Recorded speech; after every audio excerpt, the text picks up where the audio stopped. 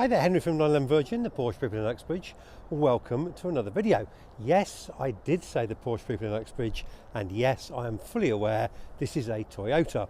And it gets even stranger than that. If you'd have told me at the start of this year that my revelation for 2023 would be a 3-cylinder Toyota Yaris, I wouldn't have believed you. However, it's my revelation for 2023. It's a Toyota Yaris GR. This is actually the third one of these we've sold. We've taken them in part exchange against our Porsches and just taken this one in.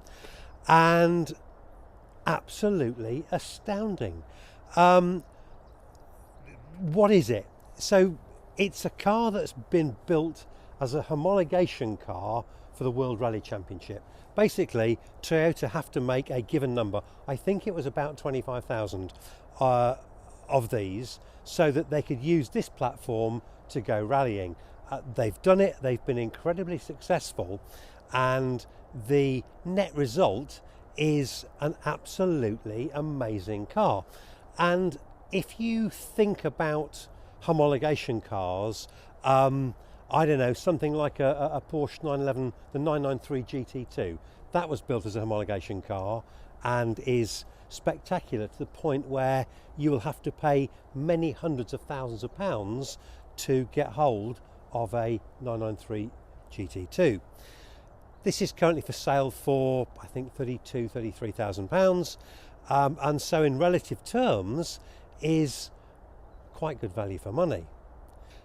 These are built in Japan, and essentially they're hand-built cars. When I first came across these, when it was mentioned someone offered one in part exchange, you just assume it's going to be a kind of badge edge engineering thing. They make a few modifications to it and sell it out and try and sell it to the kind of hot hatch market. But it's almost a sort of separate car to the Toyota Yaris. It's a sort of Toyota Yaris, Toyota Corolla hybrid, because the back end of the car has quite a lot of Toyota Corolla and the front of the car has quite a lot of Toyota Yaris, and the net result is the GR. They're hand built in Japan, and it's a four-wheel drive car. It's a very clever four-wheel drive system on it. In terms of the sort of panels and so on, you'll notice that it's got incredibly wide arches, and that's because you need the extra track at the back to fit in the four-wheel drive system and the suspension. They use, I think, a multi-link suspension because they want to get adjustment for caster, camber and toe on the rear suspension for the rallying needs, and so it gets wide at the back end. It's got a carbon composite roof. On paper, I don't know, it kind of looks okay, but it's a 3-cylinder engine, so immediately you think, well, that's going to be no good. It's a turbocharged engine. It makes about 260 odd horsepower, something like that. Quite a light car, about 1,300 kilos, but the sum total of all its parts are just amazing in terms of the drive it gives. We'll take it out for a spin in a minute and you can see what it's like on the road, and we'll explore the handling and so on. In terms of this particular car, they came in 3 versions, and this is the circuit version, which I think is kind of probably the one that you want, because it has limited slip differentials both front and rear. You've got different brakes, you've got different wheels. It's more performance orientated, and it's more kind of GR focused than the normal or the comfort models. Power wise, it's a 3-cylinder engine, 260 odd brake horsepower, and top speed I think limited to 145 miles an hour.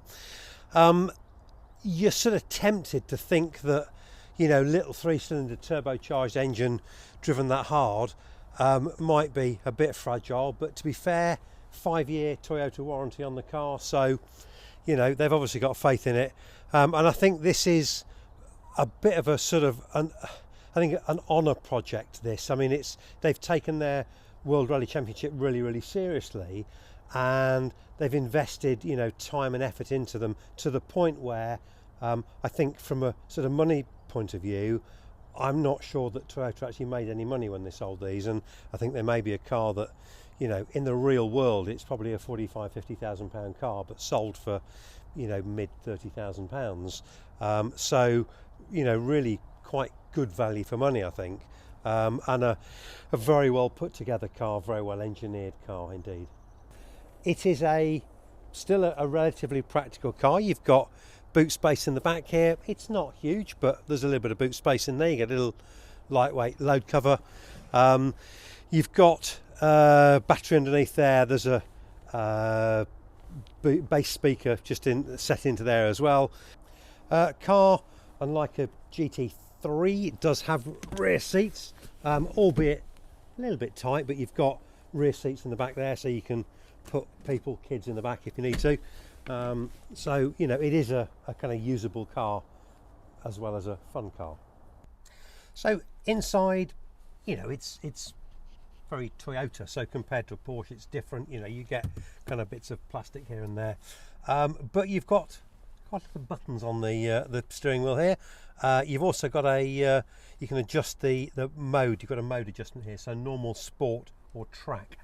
The car's got quite a clever feature on the differential, which allows you, so in normal mode it's predominantly power to the front end with minimal to the rear.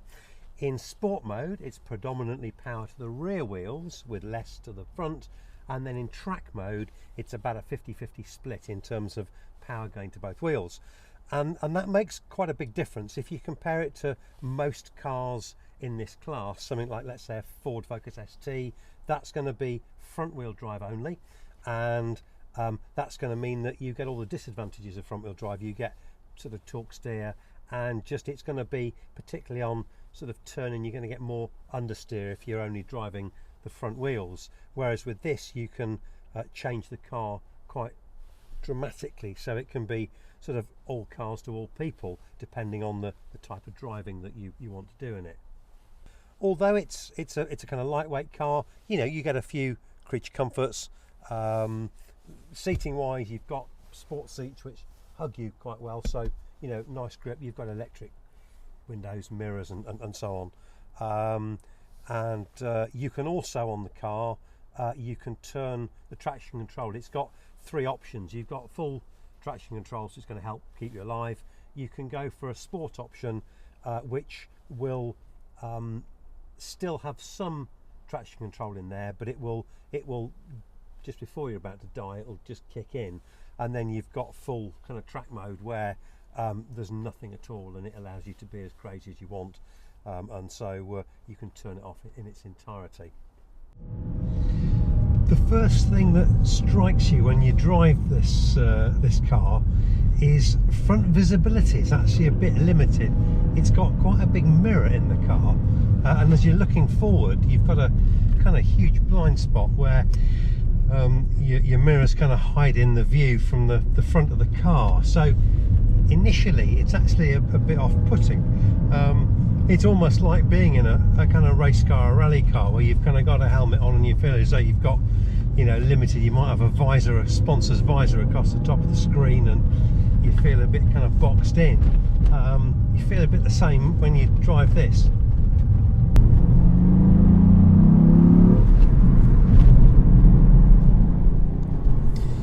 It's surprisingly not a particularly crashy car, this.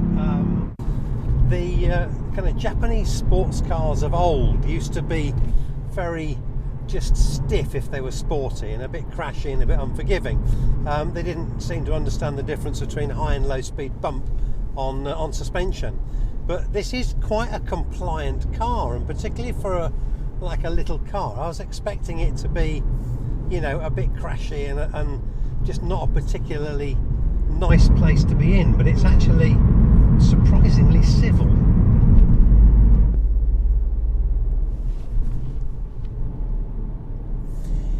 It does sort of encourage you a bit to sort of push on, You know, particularly if you sort of put it in sport mode, you know, it's kind of egging you on, saying, you know, go on, have a little bit of a go.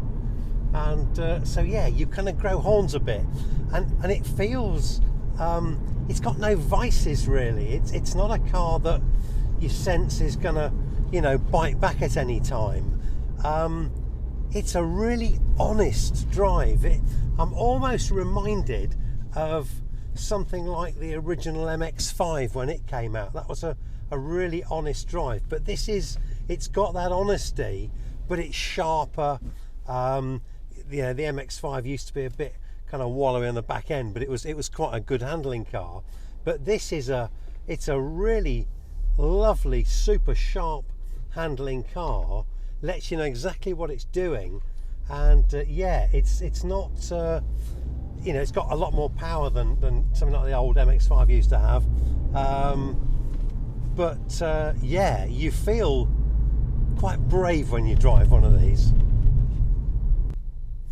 It's quite funny when you get in this and you drive it, because outwardly there's only a handful of people that will actually know what this is. You know, to most people you just drive in a little Toyota Yaris, and it's a shopping car. Your nana's got one, and so it's a real kind of sleeper in terms of you know, it's not particularly, all right, if you know what you're looking at, you know, there's some bulges on the outside of the car to give a bit of a clue, but yeah, it's not sort of, it's not too vocal in terms of, you know, from the outside. As I say, it's yeah, it's quite subtle, and you know, no one really give you a second look.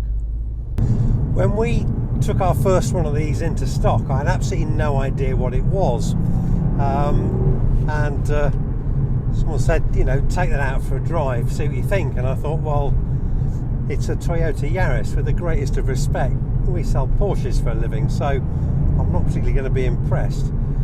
And I was absolutely astounded, to the point where you come in with a big smile on your face, and think, wow, you know, what's just happened there. But yeah, they really are absolutely incredible cars. And I think, you know, because with something like the Porsches, you kind of expect a Porsche and a car like a Turbo or a GT3 to be a good car, but I think it's really refreshing that a manufacturer like Toyota has produced a car like this, because it's, you know, in the kind of modern age that we're in, you almost think that kind of stuff like this has been sort of sidelined and you know, put to the kind of annals of history, you know, never to be seen again. I can see that, you know, in the 80s and the 90s stuff like this was produced, and there are a number of cars that you know, that did it at various levels of capability. You know, if I remember something like the little Fiat Uno Turbo IE at the time, you know, a wickedly quick little car that, you know, was probably a bit too quick for its own good, and you know, a few people kind of met their demise in the cars, but you know, this is a really just so capable car. You know, its chassis is absolutely up to the job of the engine, and the engine is you know, giving you enough power to really have some fun. Being a turbocharged car, you don't want to get too bogged down in the gears. You want to be sort of fairly high up in the rev range, and that way you don't suffer any turbo lag, and you know, you're getting the most of the power. And the fact that it's permanent four-wheel drive, you know, you can kind of make the most of the 260 horsepower. So, you know, it's not excessive. It's not a car that's got kind of too much power, and you wouldn't want it to be any less powerful. But you know, you can absolutely make really full use of the engine and all its capabilities. When we took our first one of these in part exchange, I kind of took it out for a drive, and I very nearly thought about keeping it, because I just thought, what a fantastic car in terms of its handling. You could go do a track day in this, drive there, do your track day, come back. No one's going to take you too seriously because it's a little Toyota Yaris, and yet I think you'd slay a few giants out on the track. You'd certainly have a load of fun, you know, for relatively little money.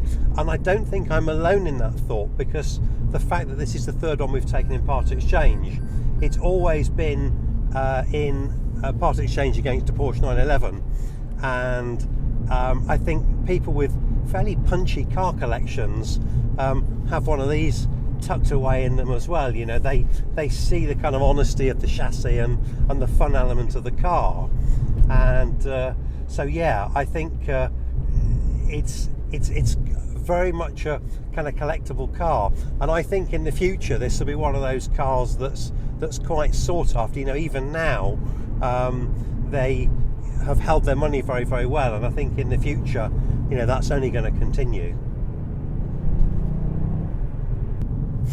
Well, I hope you found that useful, interesting. It's a quick little video. I just, you know, I thought I'd make it. It's a bit different. It's not our usual Porsche, but definitely a car that's a kind of interesting car and worthy. If you're a car enthusiast, the Yaris GR, I think, will be on your radar. And you know, one of those few instances where I think the kind of car lives up to the hype quite well. You know, it's a December day. It's not particularly friendly in terms of, it's a bit slippy and it's a bit you know, not particularly nice, but car absolutely just deals with conditions and you know, road surface and so on. And yeah, it's a real joy to drive, you know, even in these conditions. So yeah, wanted to sort of make a bit of a video to show that. But yeah, hope you found it interesting. As I say, normally they're Porsche based, all our videos, but this is a bit of an exception. So yeah. So I'm Henry, we're 911 Virgin, the Porsche people in Uxbridge. Many thanks for watching, look after yourselves, and goodbye.